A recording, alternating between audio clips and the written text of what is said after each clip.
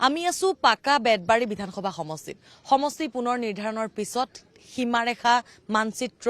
যথেষ্ট সলনি হৈছে এই নৱগঠিত পাকা বেতবাৰী বিধানসভা সমষ্টি পূৰ্বতে নাম আছিল সৰুক্ষেত্ৰী পূৰ্বৰ সৰুক্ষেত্ৰী আৰু বৰ্তমানৰ পাকা বেতবাৰী বিধানসভা সমষ্টিৰ বিধায়ক জাকিৰ হুছেইন সিকদাৰ মোৰ সৈতে আছে আমি তেওঁৰ সৈতে অকণমান কথা পাতিব বিচাৰিছো মই আপোনাক একেবাৰে প্ৰথমতে সুধিছো এই কেইটা দিনত প্ৰথম 42 জনীয়া এখন তালিকা কংগ্ৰেছৰ ওলালে এই কেইদিনত কিন্তু এটা কথা চৰ্চা হৈছে আপোনাৰ নামটো বাৰে বাৰে আহিছে যে জাকিৰ হুছেইন সিকদাৰৰ এইবাৰ টিকট কৰ্তন হ'ব তেওঁ অসম গণ পৰিষদৰ সৈতে যোগাযোগত আছে এই চৰ্চা সন্দৰ্ভত কি কয় সকে চৰ্চা কৰা মানুহসকল কোন যিসকলে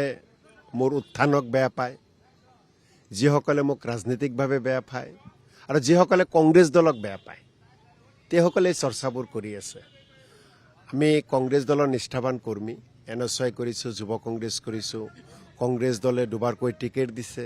কাৰ্যকৰী সভাপতিৰ নিচিনা পদত বহুৱাইছে গতিকে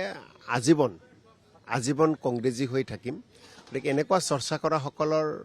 সময় আহিব দিয়ক নিশ্চিতভাৱে তেওঁলোকে তাৰ উত্তৰ পাব মই মাত্ৰ এটা কথাই কওঁ যিসকলে এনেকুৱাবোৰ চৰ্চা কৰি আছে তেওঁলোক কেতিয়াও লাভান্বিত নহয় বৰঞ্চ এনেকুৱা চৰ্চাই জাকিৰ হুছেইন সিকদাৰকে লাভান্বিত কৰিব মানুহৰ পৰা মই আৰু মৰম আৰু আশীৰ্বাদ বেছিকৈ পাম হাইকমাণ্ডৰ সৈতে আপোনাৰ কেনে ধৰণৰ কথা বতৰা হৈছে এতিয়ালৈকে টিকটৰ ক্ষেত্ৰত চাওক হাইকমাণ্ডৰ লগত কথা বাৰ্তা হ'ল যোৱা সময়ছোৱাত আপোনালোকেও দেখিছে অসমৰ ৰাইজে দেখিছে সমষ্টিবাসীয়ে দেখিছে যে জাকিৰ হুছেইন সিকদাৰ কংগ্ৰেছ দলৰ কাৰণে কি কৰে কেনেকৈ কাম কৰে আমি নেতা নহয় কৰ্মী হিচাপে নিজকে সদায় পৰিচয় দি ভাল পাওঁ কৰ্মী হিচাপে যিখিনি কাম কৰিব লাগে কৰোঁ আৰু মই ভাবোঁ যে মোৰ কাম কাজ কথা বাৰ্তাই আৰু বিগত দিনসমূহত কংগ্ৰেছ দলৰ বিভিন্ন নিৰ্বাচনৰ ফলাফল মোৰ সমষ্টিত বিশেষকৈ এই কথাৰ ওপৰত নিৰ্ভৰ কৰিব আৰু দলে যদি বিবেচনা কৰে যে জাকিৰ হুছেইন সিকদাৰ উপযুক্ত নিশ্চিতভাৱে দলে টিকেট দিব সকলো দলৰ ওপৰত মই ন্যস্ত কৰিছোঁ এটা কথা মই সুধিব বিচাৰিছো আপোনাক যিদিনাখন অসম প্ৰদেশ কংগ্ৰেছৰ প্ৰাক্তন সভাপতি ভূপেন বৰাই যিদিনাখন পদত্যাগ কৰিছিলে একেবাৰে শেষত ভূপেন বৰাই আপোনাৰ সৈতে ওলাই যোৱা গাড়ীলৈকে যোৱা এটা ভিডিঅ' যথেষ্ট ভাইৰেল হৈছিলে আৰু তেখেতে আপোনাক কান্ধত এনেকৈ কৈ কিবা এটা কথা কৈছিল তাৰ পিছত সেই ভিডিঅ'টো চাই বহুতত এনেকুৱা চৰ্চা হৈছে বা সামাজিক মাধ্যমত আমি দেখিছিলোঁ যে ভূপেন বৰাই নিজে বিজেপিলৈ গৈছে জাকিৰ হুছেইন সিকদাৰক থৈ গৈছে বা এই ধৰণৰ এটা চৰ্চা কিন্তু আপুনি হয়তো পাইছে এই বিষয়টো তেওঁ কৰবাত আপোনাক বিপদত পেলাই থৈ গৈছে নেকি চাওক প্ৰথম কথা মই আকৌ কওঁ এনেকুৱা চৰ্চা কৰাসকল বেছিভাগেই জাকিৰ হুছেইন সিকদাৰক পূৰ্বৰ পৰাই বেয়া পায় সমষ্টিত ৰাজনৈতিকভাৱে নীতি আদৰ্শৰ বিভিন্নজনৰ লগত অমিল থাকে কংগ্ৰেছৰ নীতি আদৰ্শত যিসকলে বিশ্বাসী নহয় তেওঁলোকে এনেকুৱা চৰ্চাবোৰ বেছিকৈ প্ৰচাৰ কৰে যিদিনা ভূপেন বৰা ডাঙৰীয়াই আপুনি যিটো দৃশ্যৰ কথা কৈ আছে সেইদিনা ভূপেন বৰা ডাঙৰীয়াৰ ঘৰত জিতেন্দ্ৰ সিং ডাঙৰীয়া পৱন সিং ঘাটোৱাৰ ডাঙৰীয়া দেৱব্ৰত শইকীয়া ডাঙৰীয়া প্ৰদ্যুৎ বৰদলৈ ডাঙৰীয়া সকলো আছিল আমিও আছিলোঁ তেওঁলোক ওপৰত আছিল তলত ভূপেন বৰা ডাঙৰীয়া গাড়ী লৈ যাব মিটিঙলৈ যোৱাৰ কথা আছিল মোক তেওঁলোকে ক'লে তুমি লগত অলপ আগুৱাই যোৱা তেওঁ মোক ক'লে আহা মই গাড়ীত বহিম যেতিয়া তলত আহিলোঁ একেলগে নামি আহিলোঁ নামি অহাৰ পিছত তেওঁ ক'লে যে অলপমান আগৰ পৰা গাড়ীত উঠিম সংবাদ মাধ্যমে বহুতে তেওঁক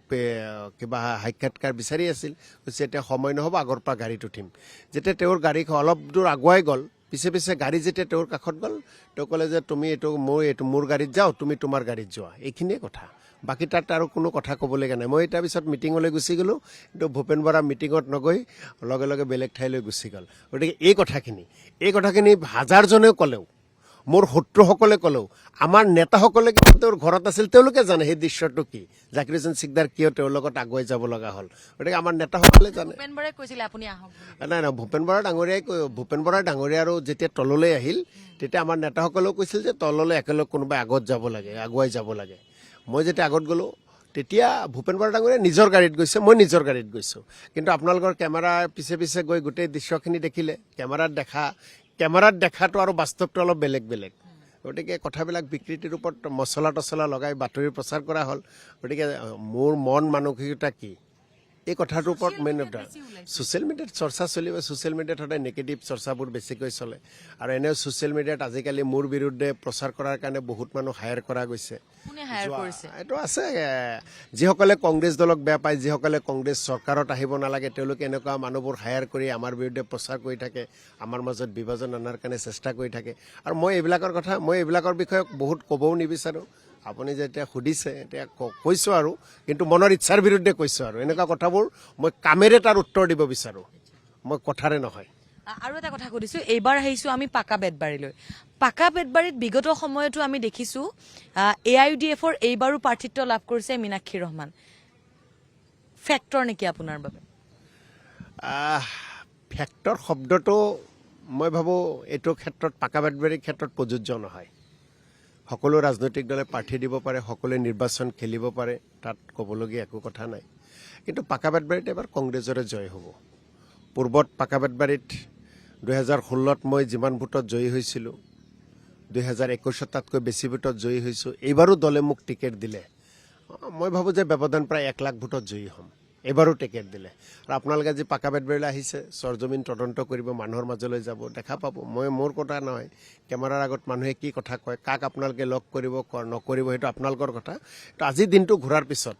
মই যে আপোনাক ক'লো 1 লাখ ভোটত পাকা বেতবাৰীত এইবাৰ কংগ্ৰেছৰ প্ৰাৰ্থী জয়ী হ'ব আপোনালোকে নিশ্চিতভাৱে তাৰ প্ৰমাণ পাব গতিকে পাকা বেতবাৰীত সদায় নিৰ্বাচন যেতিয়া হৈ থাকে বা নিৰ্বাচনৰ আগত মোক সদায় হৰুৱাই থাকে কিন্তু যিদিনা ফলাফল দিয়ে সেইদিনা আমি হাঁহি মুখে প্ৰথম ৰাউণ্ডৰ পৰা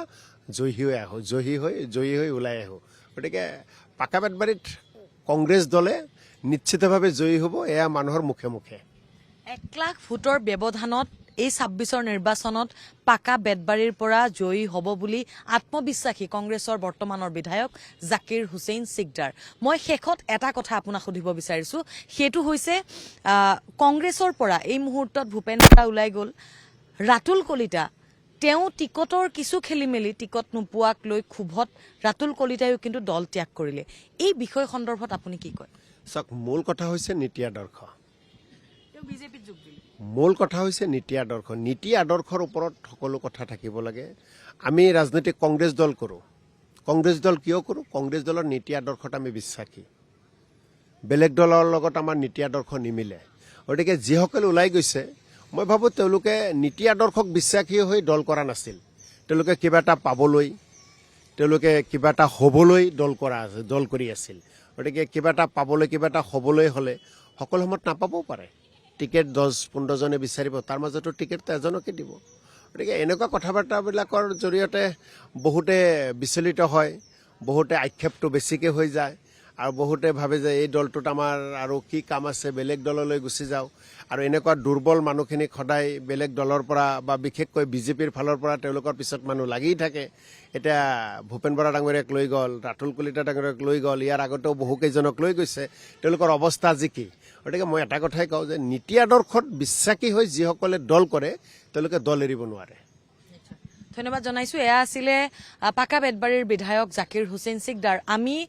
বিভিন্ন কথা লৈ যেটো চৰ্চা বৰ্তমান চলি আছে অগপ কেন্দ্ৰিক বা টিকট কৰ্তন কেন্দ্ৰিক এই বিষয় সন্দৰ্ভত তেওঁৰ সৈতে কথা পতাৰ লগতে অনাগত দিনত প্ৰায় 1 লাখ মই আকৌ এবাৰ কৈছো প্ৰায় 1 লাখ ভোটত ইয়াৰ পৰা জয়ী হ'ম বুলি আশাবাদী কংগ্ৰেছৰ বিধায়ক জাকিৰ হুছেইন সিকদাৰ পাকা বেতবাৰীৰ পৰা ভিডিঅ' জাৰ্নেলিষ্ট ধনজিত দাসৰ সহযোগত জবা দাসৰ ৰিপৰ্ট NKTV+ গুৱাহাটী